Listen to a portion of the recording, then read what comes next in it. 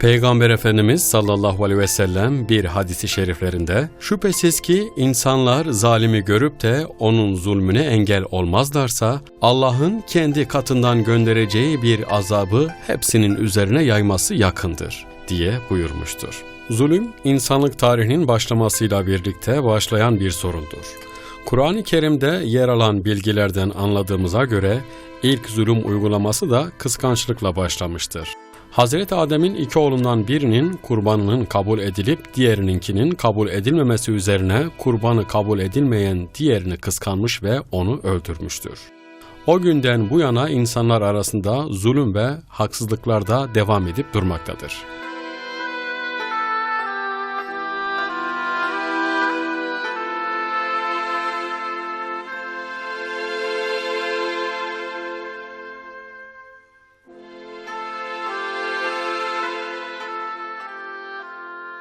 Zulmedenlerden bazıları ahiret inancına sahip oldukları halde nefislerine yenilerek başkalarına haksızlık ve zulüm edebilmektedirler.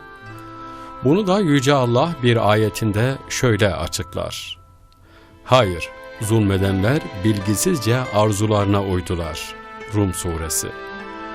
Çoğunluğu ise sadece dünyadaki cezayı düşünüyor, bu cezadan kurtulabildikleri takdirde ölümden sonra herhangi bir cezayla karşılaşmayacaklarını sanıyor. O yüzden zulüm yönünden kendilerini rahat hissediyorlar. Bundan dolayı dünya sultasında davulu da tokmağı da ellerinde tutanlar, zulümde kendilerini daha rahat görüyorlar. Oysa böyle düşünenler yanılıyorlar. Çünkü bu kadar mükemmel bir düzen içinde yaratılan kainatın mutlaka bir sahibi vardır. O sahip insanların yaptıklarından habersiz değildir ve hiçbir şeyi karşılıksız bırakmayacaktır.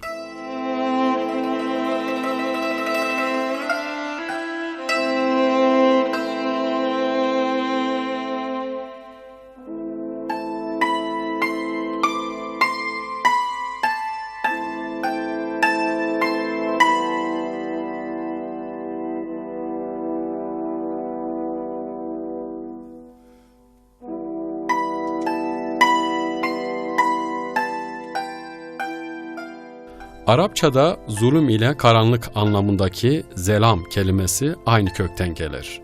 Yani zulüm karanlığı temsil eder. Zulüm dönemleri de genellikle karanlık dönemlerdir. Zulüm ve haksızlığın çok kötü olması sebebiyle hakkında Kur'an-ı Kerim'de pek çok ayet-i kerime mevcuttur. Bunlar zulme düşülmemesi için uyarıda bulunduğu gibi aynı zamanda zulme karşı nasıl tavır alınması gerektiği konusunda da uyarıda bulunuyor.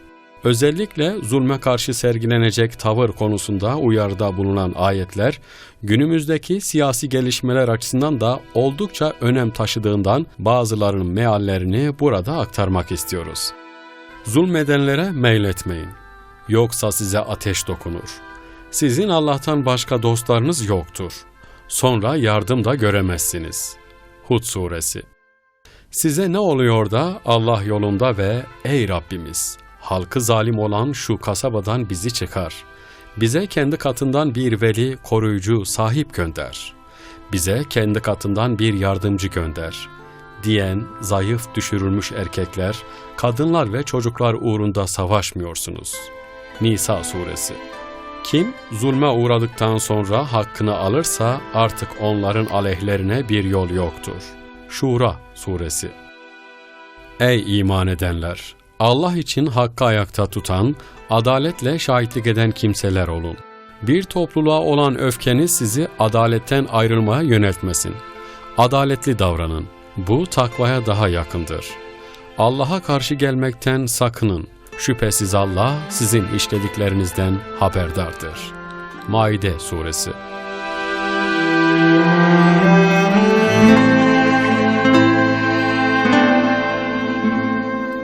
Bir yakınınız hakkında da olsa konuştuğunuz zaman adalete uyun.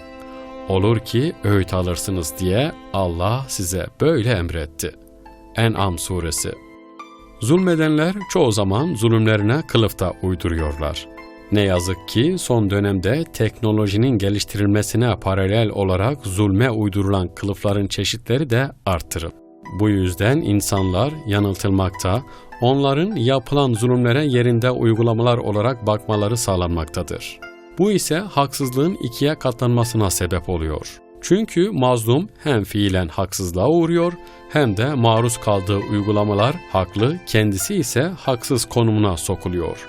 Bu manipülasyonda sorumsuz medyadan da sonuna kadar istifade ediliyor.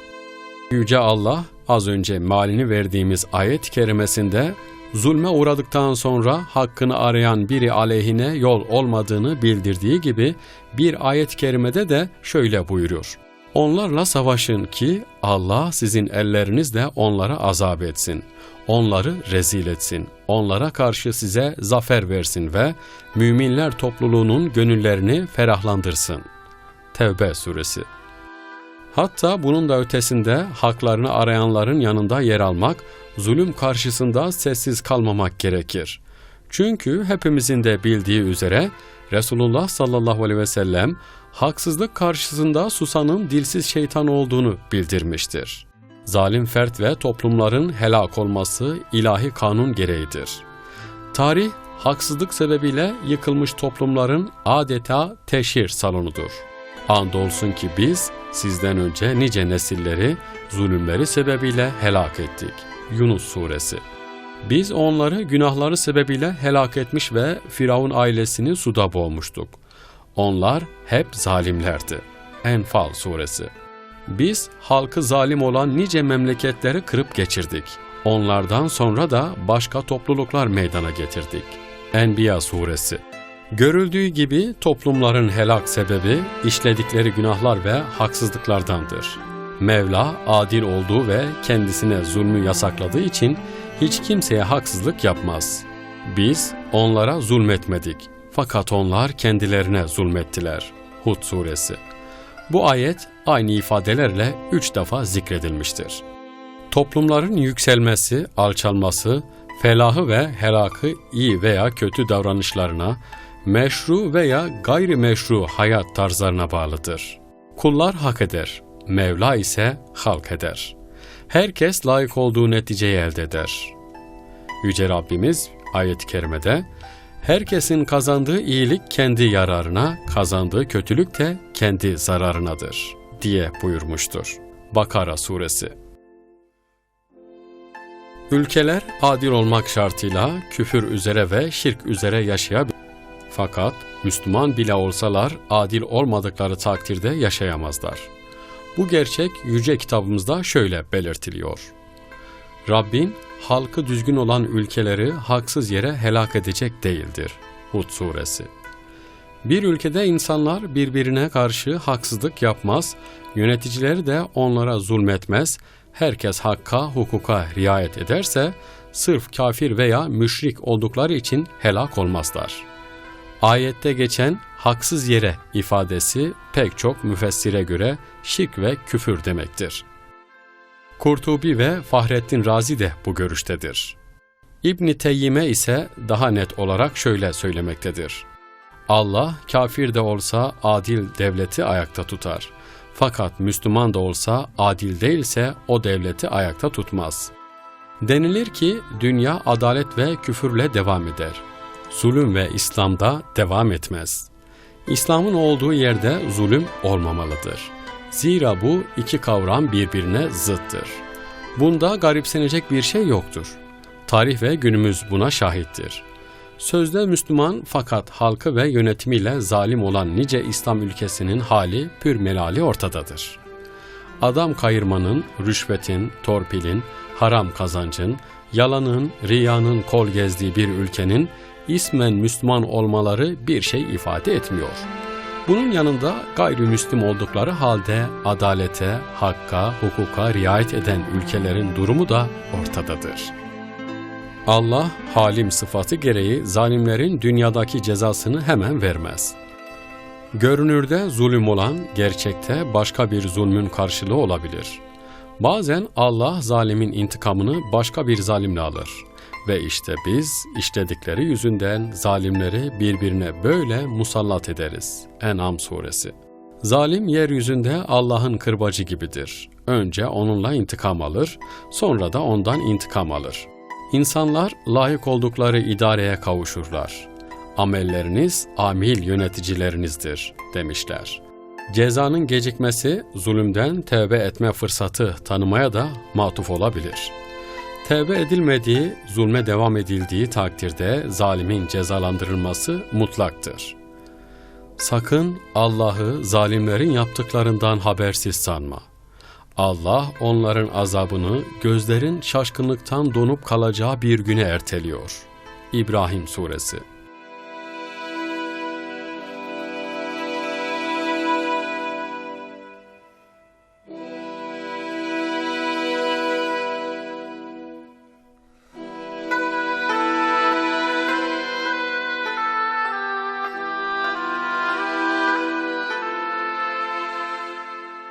Adaletin tam olarak tecelli edeceği yer kıyamettir. Mahkeme-i Kübra'dır. Zira orada bütün yetki Allah'ındır. Kayırma, torpil söz konusu değildir. Dünya ve ahirette emin olmanın en önemli şartı zulüm ve zalimlerden uzak olmaktır. Hazreti Peygamber sallallahu aleyhi ve sellem şöyle buyurdular: Zulümden sakınıp kaçınınız. Çünkü zulüm kıyamet gününde zalime zifiri karanlık kesilecektir. Bir zalim dünyada mazlumun hayatını zindana çevirdiği için onun da ahiret hayatı zindana dönecektir. Yine Hazreti Peygamber'e kulak verelim. Kimin üzerinde din kardeşinin ırzı, namusu veya malıyla ilgili bir zulüm varsa, altın ve gümüşün bulunmayacağı kıyamet günü gelmeden önce o kimseyle helalleşsin. Yoksa kendisinin salih amelleri varsa yaptığı zulüm miktarınca sevaplarından alınır, hak sahibine verilir. Şayet iyilikleri yoksa zulüm yaptığı kardeşinin günahlarından alınarak onun üzerine yüklenir. Zalimlere yakın ve onlara destek olmak cehenneme yakın olmaktır. Haksızlık yapanlara meyletmeyin, yoksa ateş size de dokunur. Sizin Allah'tan başka hiçbir dostunuz yoktur. Sonra size yardım da edilmez. Hud Suresi.